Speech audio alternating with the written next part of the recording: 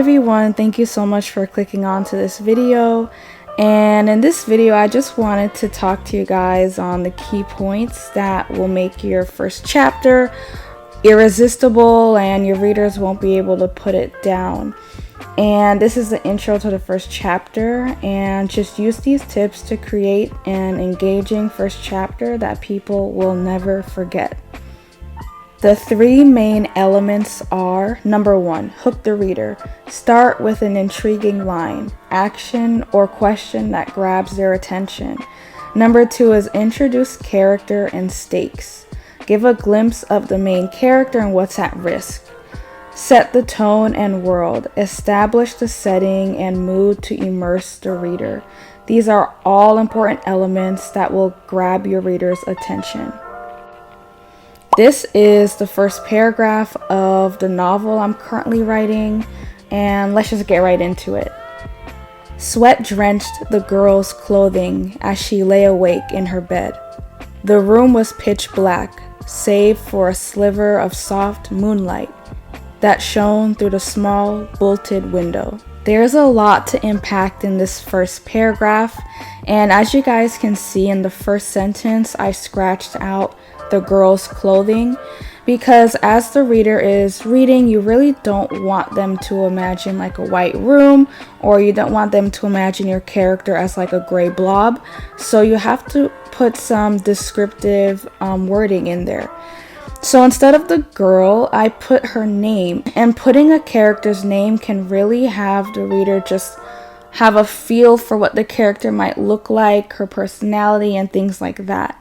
So I added her name, and I added descriptive terms for her clothing, and I added tattered white gown instead of just clothing because that's kind of boring. I also added seeped through the sheets.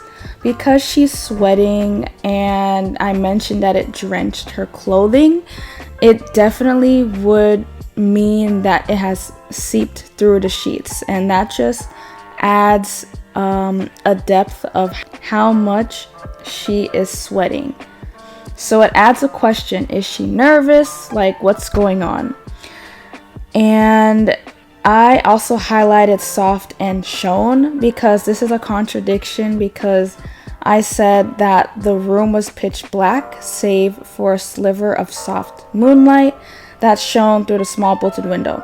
So if the moonlight is soft, then the word shone is not properly put here, because shone is like a strong and harsher light, which is why I changed that word to glimmered.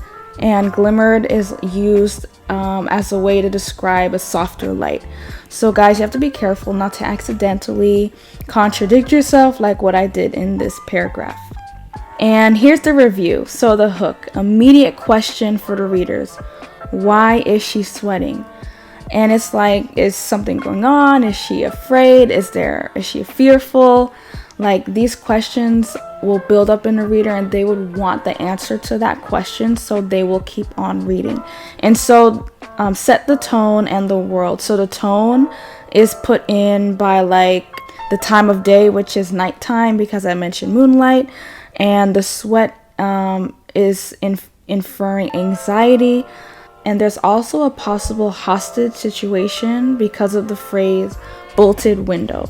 So yes, your phrasing really matters. And here's the second paragraph. Slowly, she pulled aside the covers and sat up. Her heart palpitated with fear each time the bed creaked. She wanted to be as quiet as possible so as to not alert any of the patrolling guards inside the verdigris whorehouse. So in this one, there's a lot more to unpack. I crossed out she and added the young girl because it adds more of a description to what she looks like, because the reader can automatically imagine her as like an adult or a teen, but I wanted the reader to know that she's actually really young, like I would say 10 years old. And I added that red dot in between the covers because I mentioned the word dampened, and that's a continuation to how she was sweating in the bed and how the sheets are wet. You have to just stay consistent with everything you're writing. And I scratched out with fear. I felt like those were unnecessary words, and I just proceeded without those 2 words. And with the red paragraph I highlighted, I just reworded it with the purple color right here. I just felt like it flowed way better, and I cut out some unnecessary words so that the reader will not be disturbed with any clunky writing. So just keep an eye out for smooth writing when you're writing your paragraphs. So the review is the stakes. So we have fear introduced, we have guards, we have the words mentioned whorehouse. This brings up intrigue. Is the character held against her will? Is she going to escape? And once again, when readers are filled with questions, there's just something in them that wants to figure out the answer to those questions. It's like a reward system. And you, as the reader, you have to give them rewards for every question you build up. And this is what makes reading your story interesting. So lastly, this paragraph, I didn't really break it up in 2 because it wasn't really much I found bad with it. But let's just go off to what I highlighted. So I circled coily afro because once again we want to add descriptive words so the reader can properly imagine the character. I highlighted the word matted because it's really good to not just write the word hair, because that's just a really broad term. You want to really hone into that. What does the hair look like? What's going on? So her hair is matted, and it tickled the back of her neck as she slowly climbed down the bunk bed. And slowly I added here because, in the previous paragraph, she was worried about making noise. So of course she's going to go down slowly to lessen that chance of making noise. And if we go down to the next sentence, she held her breath and a cold sweat struck her back. But I crossed out back because I felt like that was unnecessary and just a distraction overall. So yeah, I crossed that out. After a few seconds, she released a sigh and tiptoed to the bottom bunk. She grabbed the sheets and uncovered her 2 dear friends who also lay awake. And I circled the word grab the sheets because once again it's showing personality. It's showing the character is not a robot, like she's alive. Like she grabbed the sheets and uncovered her 2 friends. It's better than just saying she uncovered her 2 friends because it just adds action to that. The first quote is Lily, Jumana, it's time to go, Jezebel whispered.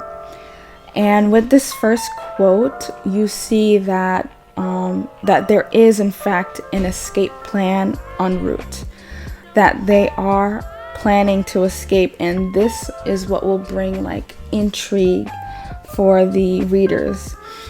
So the conclusion is properly placed descriptive words, emotions, and the setting is the key to unlocking your reader's interest, because we don't want to read just to read. We have to read because we care.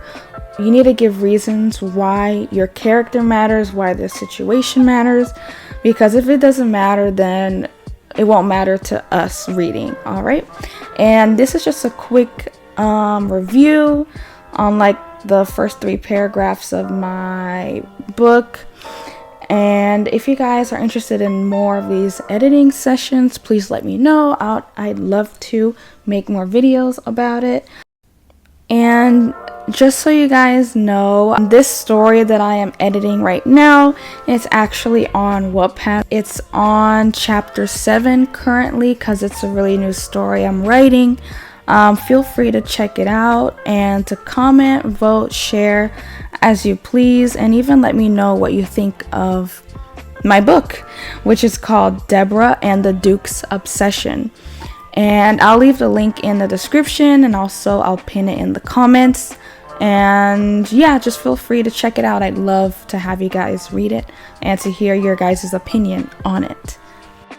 Thank you guys so much for watching, and I hope you guys learned something new with this video I made, and I hope you guys have a great day. Don't forget to subscribe and hit the bell, and also comment and like. Thank you. Bye.